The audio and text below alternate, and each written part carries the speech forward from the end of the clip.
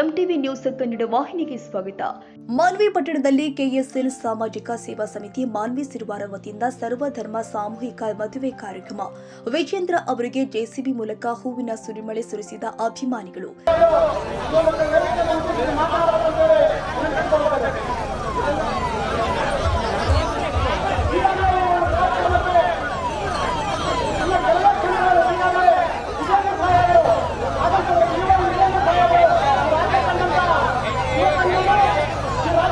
ಎಲ್ಲೆಡೆ ಒಂದೇ ಕೂಗು ಶಿವನಗೌಡ್ರು.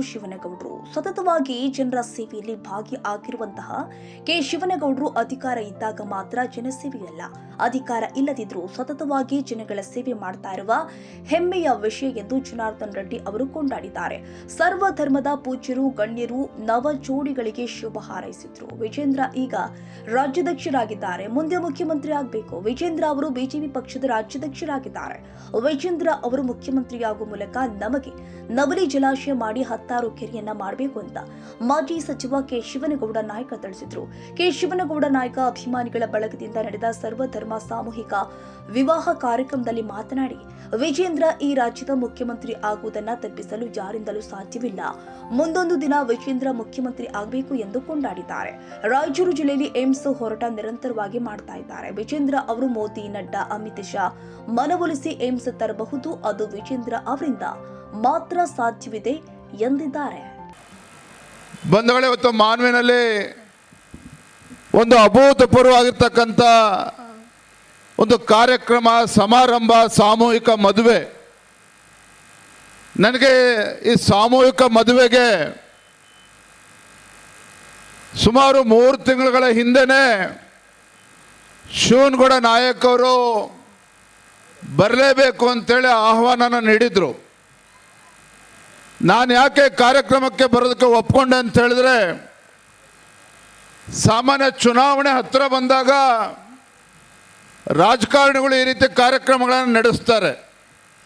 ಚುನಾವಣೆ ಬಂದಾಗ ಚುನಾವಣೆ ಗೆಲ್ಲಬೇಕು ಅನ್ನುವ ಇಚ್ಛೆಯಿಂದ ಕಾರ್ಯಕ್ರಮಗಳನ್ನು ನಡೆಸ್ತಾರೆ. ಆದರೆ ಶಿವನಗೌಡ ನಾಯಕ್ ಅವರು ಇವತ್ತು ಶಾಸಕರು ಅಲ್ಲ, ಸಚಿವರು ಅಲ್ಲ, ಚುನಾವಣೆಯಲ್ಲಿ ಪರಾಭವಗೊಂಡಿದ್ರು ಸಹ ಸಮಾಜಮುಖಿಯಾಗಿ ಕಾರ್ಯಕ್ರಮ ನಡೆಸಬೇಕು, ಸರ್ವಧರ್ಮ ವಿವಾಹವನ್ನು ನಡೆಸಬೇಕು, ಅದು ಕೂಡ ಎಲ್ಲ ಧರ್ಮದ ಗುರುಗಳನ್ನು ಇಲ್ಲಿ ಕರೆಸಿ ಈ ಒಂದು ಭವ್ಯ ಕಾರ್ಯಕ್ರಮನ ನೆರವೇರಿಸಬೇಕು ಅನ್ನುವ ಒಂದು ಸಾಮಾಜಿಕ ಕಳಕಳಿಯನ್ನು ಇಟ್ಕೊಂಡು ಇವತ್ತೇನು ಕಾರ್ಯಕ್ರಮನ ಆಯೋಜನೆ ಮಾಡಿದ್ದಾರೆ. ನಾನು ಕೂಡ ತಪ್ಪಿಸ್ಕೋಬಾರ್ದು ಅಂತೇಳಿ ಇವತ್ತು ನಾನು, ಬೈರತಿ ಬಸವರಾಜಣ್ಣ, ಶರಣು ತಳ್ಳಿಕೆರೆಯವರು, ಶೈಲೇಂದ್ರ ಅವರು ಎಲ್ಲರೂ ಕೂಡ ಇವತ್ತು ಕಾರ್ಯಕ್ರಮಕ್ಕೆ ಬಂದಿದ್ದೇವೆ. ಮೊಟ್ಟ ಮೊದಲದಾಗಿ ಇವತ್ತು ವೇದಿಕೆ ಮುಂಭಾಗದಲ್ಲಿ ನೂತನ ವಧುವರರು ಏನು ಶುಭ ಗಳಿಗೆಯಲ್ಲಿ ಇವತ್ತು ನೂತನ ದಾಂಪತ್ಯಕ್ಕೆ ಏನು ಪಾದಾರ್ಪಣೆ ಮಾಡಿದ್ದೀರಿ, ತಮ್ಮೆಲ್ಲರೂ ಕೂಡ ಶುಭವಾಗಲಿ. ಜೀವನದುದ್ದಕ್ಕೂ ಸಹ ತಾವು ಒಳ್ಳೆ ಜೀವನವನ್ನು ನಡೆಸೋದ್ರ ಮುಖೇನ ಆದರ್ಶ ದಂಪತಿಗಳಾಗಿ ಬಾಳಿ ಬದುಕ್ರಿ ಅಂಥೇಳಿ ಇವತ್ತೆಲ್ಲ ಸ್ವಾಮೀಜಿಗಳ ಸಮ್ಮುಖದಲ್ಲಿ ನಾನು ಶುಭವನ್ನು ಹಾರೈಸ್ತಾ ಇದ್ದೇನೆ.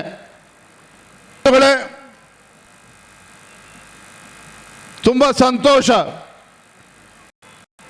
ಇವತ್ತು ಕಾರ್ಯಕ್ರಮ ವಿಶೇಷವಾಗಿ ರಾಯಚೂರು ಜಿಲ್ಲೆಯಲ್ಲಿ ಮಾನ್ವಿನಲ್ಲಿ ನಡೀತಾ ಇದೆ. ನಾವು ಬಂದಾಗ ಆಶ್ಚರ್ಯ ಆಯಿತು. ಈ ಬಿಸಿಲಿನಲ್ಲೂ ಸಹ ಸಾವಿರ ಸಂಖ್ಯೆಯಲ್ಲಿ ಇವತ್ತೇನು ತಾವು ಬಂದಿದ್ದೀರಿ ವಧುವರರನ್ನು ಹಾರೈಸಬೇಕು ಅಂತೇಳಿ. ಜೊತೆಗೆ ನಮ್ಮ ವಿಜಯೇಂದ್ರ ಅವರು ಬರ್ತಾ ಇದ್ದಾರೆ ಅಂಥೇಳಿ ಸಾಲುಗಟ್ಟಿ ಯುವಕರು, ಹಿರಿಯರು, ತಾಯಂದರು ನನಗೆ ಸ್ವಾಗತವನ್ನು ಕೋರಿದ್ರು. ಹೂವನ್ನು ಎರಚಿ ನನಗೆ ಸ್ವಾಗತವನ್ನು ಕೋರಿದಾಗ ಪೂಜ್ಯ ತಂದೆಯವರು ಸನ್ಮಾನ್ಯ ಯಡಿಯೂರಪ್ಪನವರೊಂದು ಮಾತು ನನಗೆ ನೆನಪಾಯಿತು. ತಂದೆ ಯಡಿಯೂರಪ್ಪನವರು ಯಾವತ್ತೂ ಕೂಡ ಒಂದು ಮಾತನ್ನು ಹೇಳ್ತಾ ಇದ್ರು. ಯಡಿಯೂರಪ್ಪನವ್ರು ಏನು ಹೇಳ್ತಾ ಇದ್ರು ಅಂತ ಹೇಳಿದ್ರೆ, ಉತ್ತರ ಕರ್ನಾಟಕದ ಜನರಲ್ಲಿ ಬಡತನ ಇರ್ಬೋದು, ಉತ್ತರ ಕರ್ನಾಟಕದ ಜನರಲ್ಲಿ ಬಡತನ ಇರ್ಬೋದು, ಆದರೆ ಹೃದಯ ಶ್ರೀಮಂತಿಕೆಗೆ ಯಾವುದೂ ಕೂಡ ಕೊರತೆ ಇಲ್ಲ ಅನ್ನೋ ಮಾತನ್ನು ತಂದೆಯವರು ಹೇಳ್ತಾ ಇದ್ರು. ಆ ಮಾತು ಇವತ್ತಿಗೆ ನನಗೆ ನೆನಪಾಗ್ತಾ ಇತ್ತು, ನೀವೆಲ್ಲರೂ ಕೂಡ ನಾನು ಸ್ವಾಗತನ ಕೋರ್ತಾ ಇದ್ದಾಗ. ವರ್ಷದಿಂದ ಜಿಲ್ಲೆಯ ಜನ ನಮ್ಮ ಜಿಲ್ಲೆಗೆ ಏಮ್ಸ್ ಬೇಕು ಅಂತೇಳಿ ಬೇಡಿಕೆಯನ್ನು ಇಟ್ಕೊಂಡು ಧರಣಿಯನ್ನು ಕೂತಿದ್ದಾರೆ. ಅದಕ್ಕೆ ನಾನು ಸನ್ಮಾನ್ಯ ವಿಜಯೇಂದ್ರ ಅಣ್ಣವ್ರ ಹತ್ರ ನಾನು ಮನವಿಯನ್ನು ಮಾಡ್ತೇನೆ. ಹಿಂದೆ ಯಡಿಯೂರಪ್ಪ ಸಾಹೇಬರು ಸಾಕಷ್ಟು ಕೆಲಸ ಕಾರ್ಯಗಳನ್ನ ಈ ನಾಡಿಗೆ, ಈ ಭಾಗಕ್ಕೆ ಮಾಡಿದ್ದಾರೆ. ಹಿಂದೆ ನಾವು ರಾಯಚೂರು ಜಿಲ್ಲೆಯವರು ಟ್ರಿಬಲ್ ಐಟಿಯನ್ನು ಕೇಳಿದ್ವಿ. ಆದರೆ ಟ್ರಿಬಲ್ ಐಟಿ ನಾವು ರಾಯಚೂರಿಗೆ ಕೊಡದೇನೆ ಬೇರೆ ಜಿಲ್ಲೆಗೆ ಒಯ್ತಕ್ಕಂಥ ಕೆಲಸವನ್ನ ಅವರ ರಾಜಕೀಯ ಇಚ್ಛಾಶಕ್ತಿ ಮೇಲೆ ಅವರು ಮಾಡಿದರು.